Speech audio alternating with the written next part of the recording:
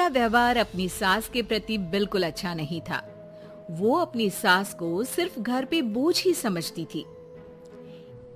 इतना राशन लाना पड़ा इस महीने, पैसे आते हैं हाथ में और चले जाते हैं, और ऐसे में आपकी माँ के खर्चे अलग।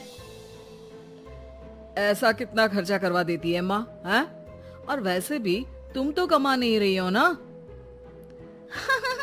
आखिर तुमने बोल ही दिया ना कि मैं पैसे नहीं कमा रही हूँ।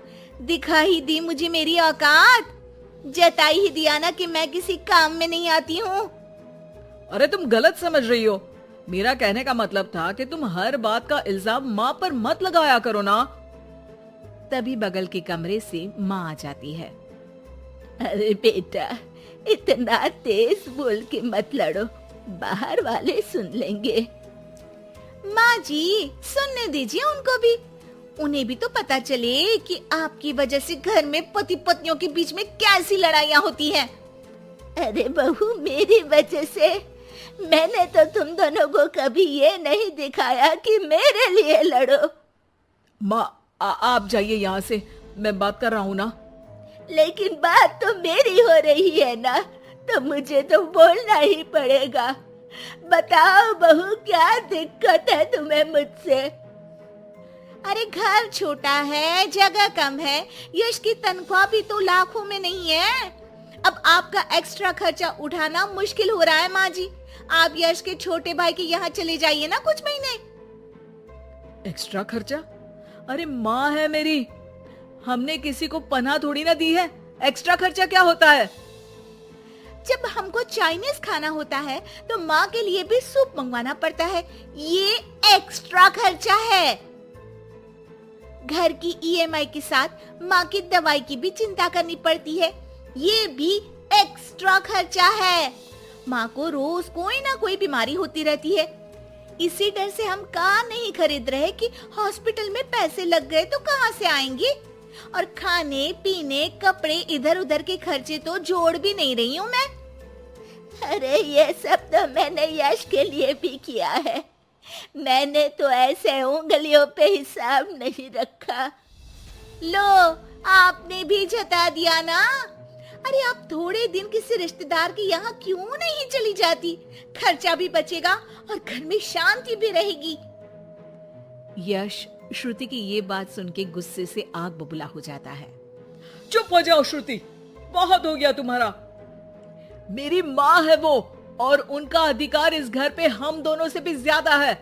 और खर्चे बचाने की इतनी ही पड़ी है तो तुम खुद क्यों नहीं चली जाती अपने मायके?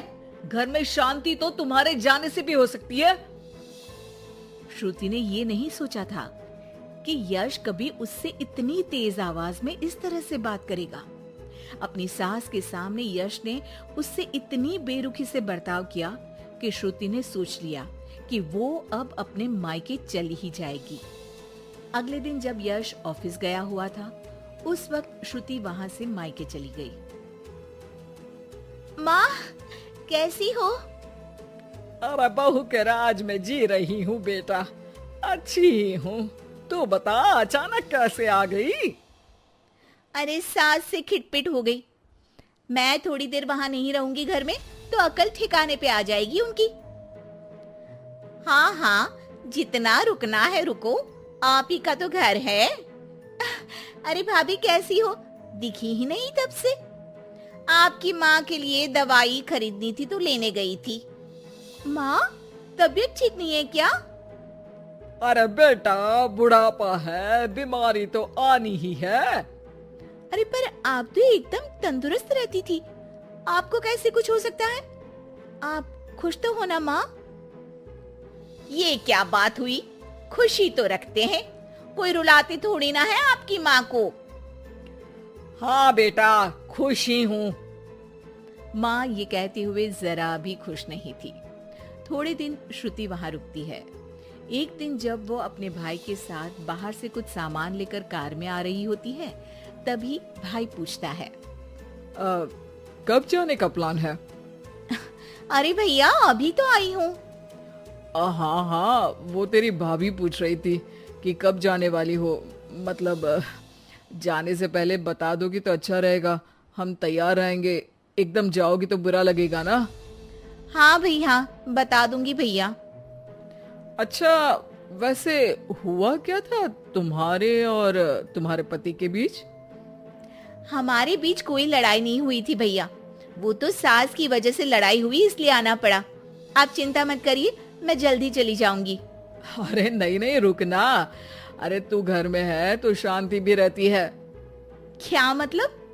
अरे मत पूछ श्रुति, आए दिन माँ और तेरी भाभी में नोक झोंक चलती ही रहती है। तेरी भाभी का कहना है कि माँ का खर्चा बहुत होता जा रहा है घर में। अब माँ की क्या गलती है? बीमारी किसी से पूछ के थोड़ी ना आती है। तेरे सामने वो कुछ नहीं बोल रही है, तेरे जाते ही माँ को ताने मारने लगेगी। और आप कुछ नहीं बोलते? मैं बोलूंगा तो मायके चली जाएगी गुस्से में। श्रुति ये जवाब सुन के चुप हो जाती है। उसे एहसास होता है जैसे ये उसकी भाभी की नहीं, उसी की बात हो रही है। पर भैया, आपकी तो इतनी अच्छी जॉब है, पैसों की कोई दिक्कत नहीं है, फिर भाभी को क्या दिक्कत है? अरे किसी को पालने के लिए मन में प्यार होना चाहिए श्रुति। जेब का पैसा भी जरूरी होता है, लेकिन नियत हो तो कम में भी खुश रहा जा सकता है। श्रुति उसके बाद कोई सवाल नहीं करती है और जाके सीधे अपने भाभी से कहती है, भाभी, आप माँ को अच्छे से नहीं रखती हो। भैया इतना कमाते हैं, फिर भी आप माँ को सिर्फ इसलिए ताने मारती हो क्योंकि उनकी बीमारी के कारण घर से पैसा जाता है। आपको मेरी माँ से लड़ना नहीं चाहिए भाभी। अच्छा, तुम इतनी समझदार हो तो अपनी सास से क्यों लड़के आई हो? श्रुति की आंखों के सामने वो सारे पल आ जाते हैं जब जब उसने अपनी सास को परेशान किया। वो उसी वक्त अपना सामान पैक करती है और जाने लगती है। अरे तू तो रुकने वाली थी ना श्रुति? जाना पड़ेगा, सासू माँ बीमार रहती है, उनका ध्यान रखूंगी माँ। अरे पर तू तो उनसे लड़के आई है ना। माँ, मैं ये सोच के आई थी कि मेरे बिना उनकी अकल ठिकाने आ जाएगी पर मेरी ही अकल ठिकाने आ गई। और मैं अपनी सास का ध्यान रखूंगी तभी तो अपनी भाभी को ये बोल पाऊंगी कि वो भी अपनी सास का ध्यान रखा करे। श्रुति को कोई नहीं रोकता, वो वापस अपनी सास के पास चली जाती है। अब श्रुति और उसकी सास कम चीजों में ही ज्यादा खुशी के साथ रहने लगते हैं।